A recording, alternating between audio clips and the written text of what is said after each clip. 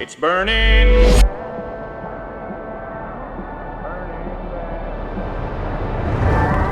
Sometimes you experience something so great that once just isn't enough. This is what we found in western Oklahoma. Burning down. Yes, sir. Thank you. In the company of good friends and in the comfort of a unique kind of solitude, we find ourselves back, once again, driving in the stakes of our tent camp, but with the deeper goal of driving in the stakes of a new deer camp tradition. Speaking of traditions, they sure seem to be a lot harder to come by these days. We're too often suffocated by infinite distractions in a world that spins so fast that folks like us feel off balance. But not out here, and definitely not with the Rogers family. This deer right here, I shot when I would have been probably 17 years old. You can just see the top of that windmill through the gap right there. The red knob right behind that is where I shot that deer before this house was here, before any of this stuff was out here. When we just had this place leased for hunting, before my parents lived out here. That's where I shot that deer when me and my brother have sat back on this piece more times than I could count. On every knob you can look at out there, we've sat on every one of them, I bet.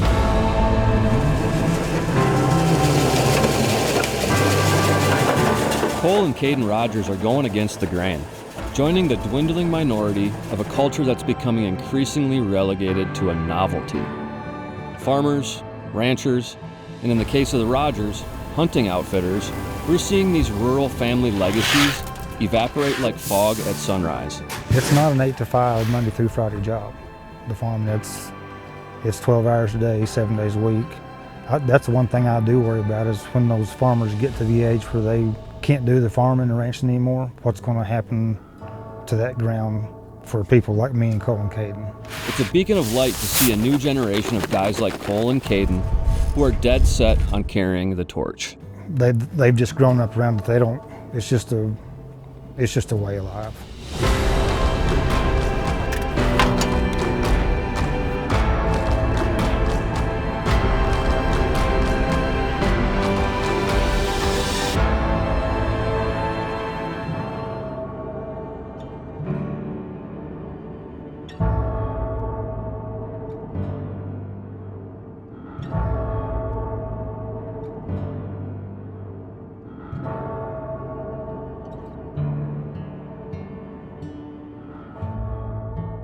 Well, it is the first sit here in Oklahoma. Technically, it's a bonus sit for us tonight. We went and checked a couple cameras earlier today, fed some spots, and we're headed out. You're going to a place we sat first last year, and we're actually going to a spot that we've seen this non-typical buck, really beautiful 10-point that Josh and I sat last year, really cool drainage, but excited. We've got a nice high-pressure day, good wind, and it's cool post-rut. And I'm looking forward to going out there, man. Heck yeah. Let's do it. Let's go get it done, dude.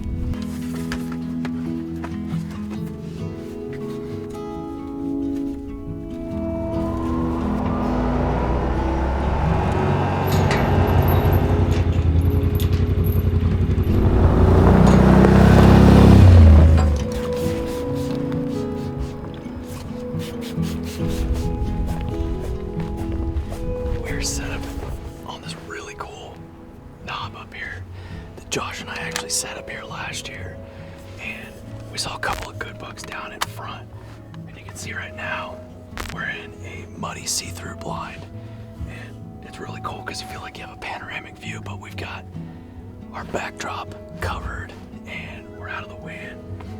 I'm excited. There's been a really cool non-typical buck that's been coming in here. There's a really nice 10-point that he's got some good mass tall deer, and then there's no telling what else is in this drainage here. You can see the country is vast. It's been a long, rough year. Been spending a lot of time on the road this year, and looking forward to taking home some meat from this one. So excited to see what we're going to see tonight and the rest of the week.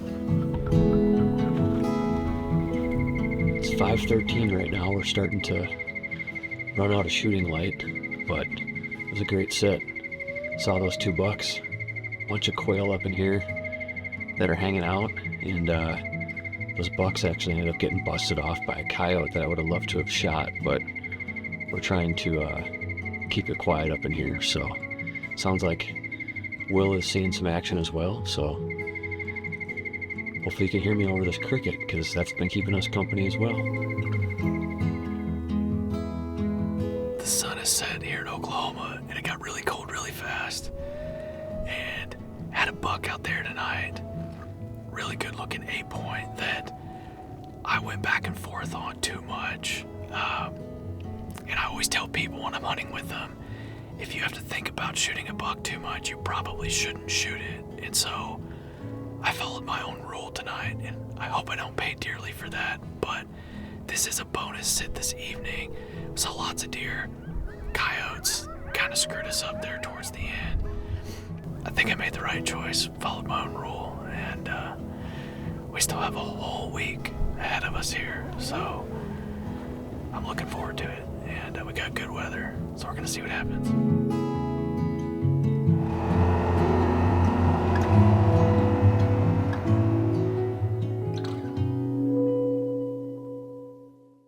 All right, it's Tuesday, December 3rd. Frosty morning, looking at about a mid-70s for the whitetail activity forecast, which isn't too bad considering we are kind of pre-second rut right now. Basically, the rut is over. If there's any does or fawns that are going to cycle for second rut action, those bucks might get fired back up. But we actually have been seeing some deer doing some rutty stuff still, bucks nudging does and whatnot. But a lot of the activity has been focused around food sources, as you'd expect for this time of year. So this is really the first full day or first full morning of this hunt. So I'm going to head out to this spot we like to call Rose. It's a remote spot where we refed yesterday, moved the ground blind. It's actually where I killed my buck last year. Got about a south wind this morning, so gonna get out there nice and early, and hopefully one of those bucks that we have on the stealth cam makes an appearance. For the first morning of the hunt, I returned to familiar territory. I always welcome a change of pace or an opportunity to hunt in a new landscape, but several mature bucks on a stealth cam gave me good reason to come back to this spot. Meanwhile, Will Cooper headed to another spot where our number one target buck had been showing up regularly.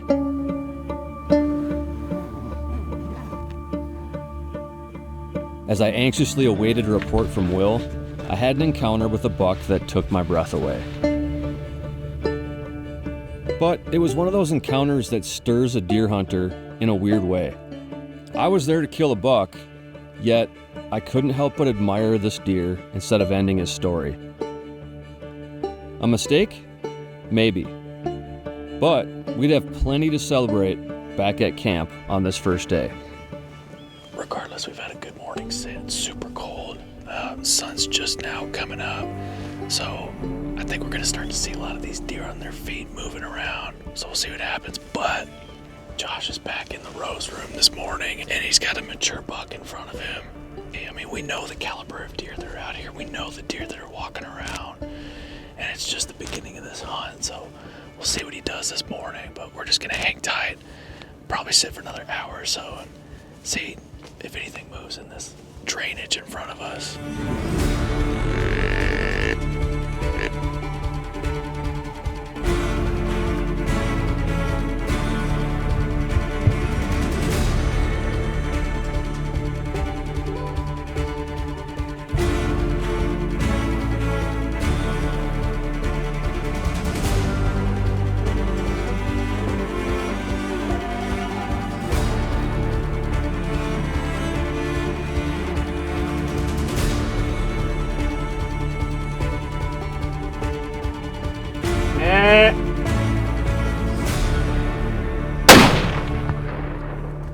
He's hit hard, dude. He's going down, he's going down. Oh my gosh. Dude. Oh my gosh. Oh my gosh. Oh my gosh. Oh my gosh. Oh my gosh. Dude. Dude. How? I can't believe that worked.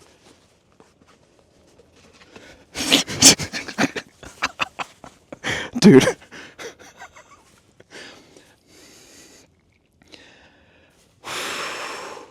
We have a big freaking deer down in Oklahoma. Yes. Morning one. I thought I screwed up this entire morning.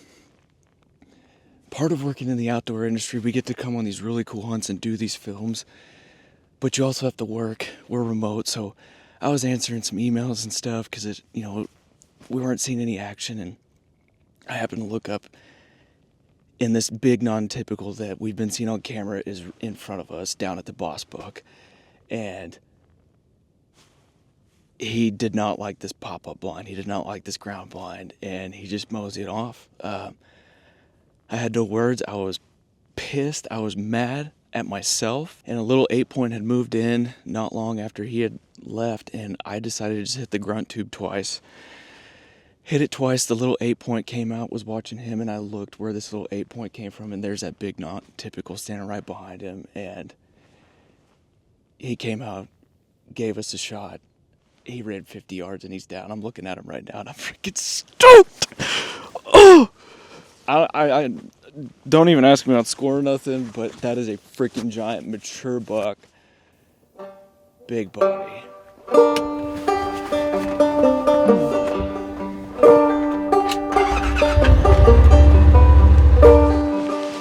Look at the size of this dude. Look at this monstrosity. Oh my gosh. Whoo. Whoa. Dude, he's got some junk down here.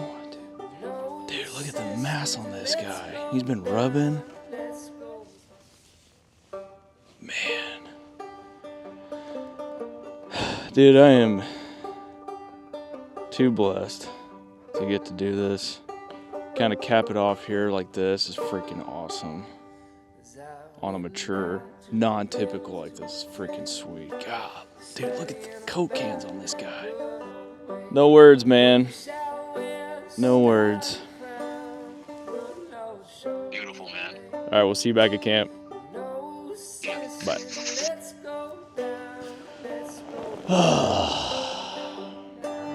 Relief, dude. Relief. Oh. What a freaking monster. He could not be more different, you know what I mean? If you took him in. And then the mass he has, Yeah. just on both sides, and that Yeah. little junk on the back, that kicker. Yep. Split G2 on this side, no split. Got like a 11-inch brow on this Busted side. off right here. Dude, I couldn't That's even a tell you what a sweet deer deer, like man. that scores. I don't have a clue. That's definitely not a score deer, just a character deer. Just a character freaking cool deer.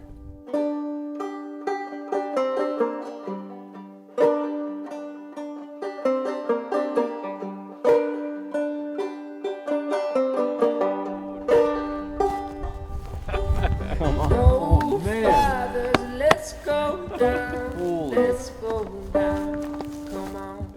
I didn't grow up on a farm or a ranch, but I spent a lot of time in such places as a youngster. I still credit these country experiences as my saving grace, and becoming a hunter was the most pivotal part of it all. Preserving the country lifestyle is sacred to me. Not for me, but for the value of its purity in an otherwise tainted world. That's why I was comforted to learn that the legacy of my friend Todd Rogers and everything he's built as an outfitter would continue with his boys. You know, my family has put so much work into this over such a long period of time, and number one, I care about it really deeply, and number two, the amount of work my family's put into it, I can't just let it stop, you know what I mean? That's as far as the taking it over part. It's just not, we've just worked way too hard to just let it just dissipate whenever he stops doing it, you know what I mean? Me and my brother are both so passionate about it, and we just work so hard to get it to where it is that it's not something that I can just stand by and watch go away. I mean, we talk about it and how much we enjoy it and that we're lucky to do it. And I mean, we both put in equal amounts of work and it's always fair. I can see how it wouldn't always be easy to do 50-50, and if someone does more than the other, we figure out a way to make it right. And We've never had conversations that sounded like, well, I had to do this, so you need to go take care. You know, we've never had conversations like that. We just both enjoy it and both want it to continue. So I thought it would be easy to start acquiring hunters, and it wasn't. It's hard to find ground at the price where you can do it and make a living at it. If you lease it for what they're wanting it to, you can't manage it. You just have to pillage it and kill everything you can kill off of it. No, we've never been about that. We try to manage it and grow respectable, mature deer. So, but yeah, if you get a hold of something, you better treat the farmers right. And if the gate's supposed to be shut, you shut the gate. If there's trash laying around, you pick it up, even if it's not your trash. It started out as a business, and now some of my best friends have been coming for a long time. So it's went from a business to more of a, I consider it more of a friendship deal where people come. I've got one guy's been coming for 18 years now. And he started out coming turkey hunting because he saw the HS videos.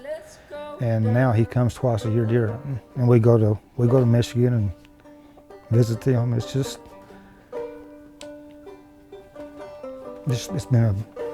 It's been a good ride. I want the boys to keep doing it. I've got a grandson that's getting ready to turn 2. I would love it if he started doing it in 20 years from now. So I'd like to see it carry on. It's December 4th, 4 o'clock. We settled into this muddy ground blind nice and early this afternoon. Got a northeast wind, which is a really great wind for this spot. It's what we like to call a fringe wind, or a just off wind, as Mr. Josh Honeycutt likes to call it. But I think there's probably some deer bedded up in this timber up ahead of us here. And so we got the wind just cutting off to the side. We actually caught a glimpse of one about an hour ago, around 3 o'clock. And I didn't get a real good look at it, but definitely some deer in here. They've been hitting the stealth cam consistently every morning and evening, coming out to feed. We're out here, ready to make something happen, and just waiting for the witching hour to approach, and hopefully some deer start moving.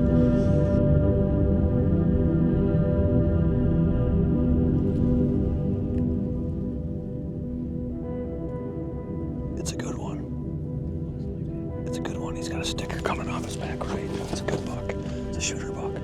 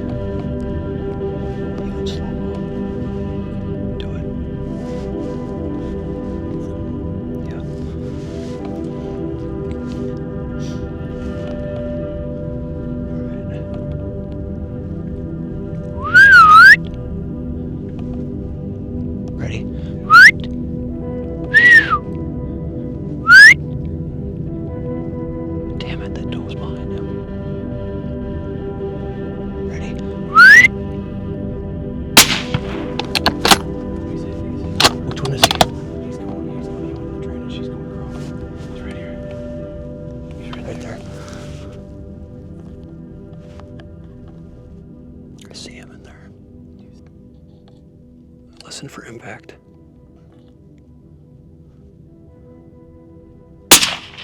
I hit him.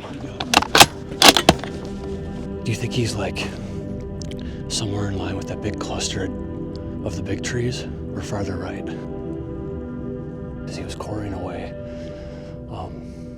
with his right side to me. So I put it back and aimed for it to intersect with his front left leg. I felt like it was a good shot. I was worried that he was going to get mixed up too much in all those does that were in there, or possibly just slip right into that timber where there's a ditch and out of my life. So I made a split-second decision. It may not have been the greatest decision, but what's done is done. But then we caught another glimpse of him, and he was flicking his tail, which tells me that he was sick. And I ended up slipping one in there that we heard the impact on, so that one might have taken him down. We didn't see him proceed out of this brushy patch. Probably just slowly ease on up in here and glass our way in and see if we can see him. But I would definitely like to try to get eyes on him, whether he's dead or alive, before it gets dark. Because I know there's 2 bullets in him, and if I can put a 3rd one in him if I need to, that's what I intend to do, so.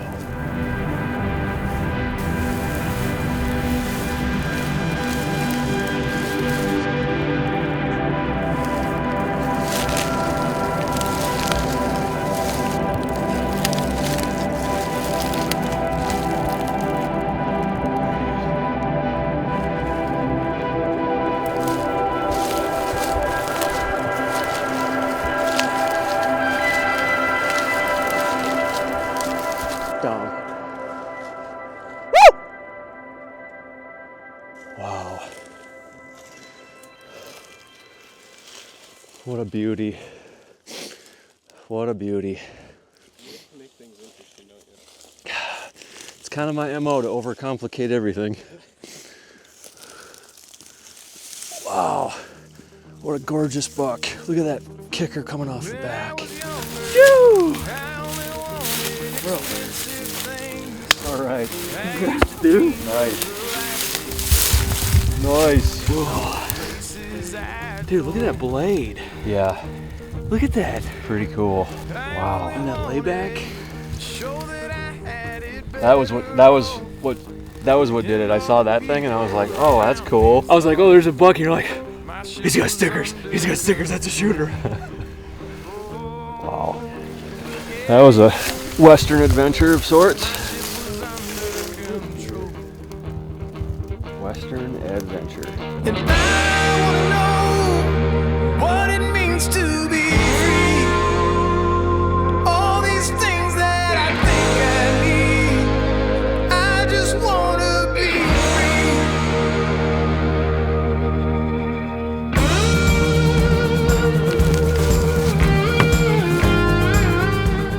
free. As we wrapped up our 2nd deer camp in western Oklahoma, we were already hatching plans to return. This is why we do this. Perfect night. You got the heat from a wood fire, got some steaks we're about to feast on, good company, deer hanging on the meat pole. I'm not sure what actually gets better than this.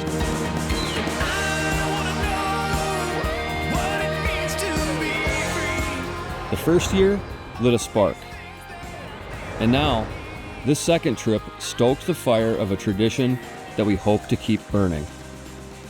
All while Cole and Caden strengthen the groundwork for their family's enduring legacy. When I was younger, I only wanted expensive things. I used to dream of the life they'd bring and all the places I'd go.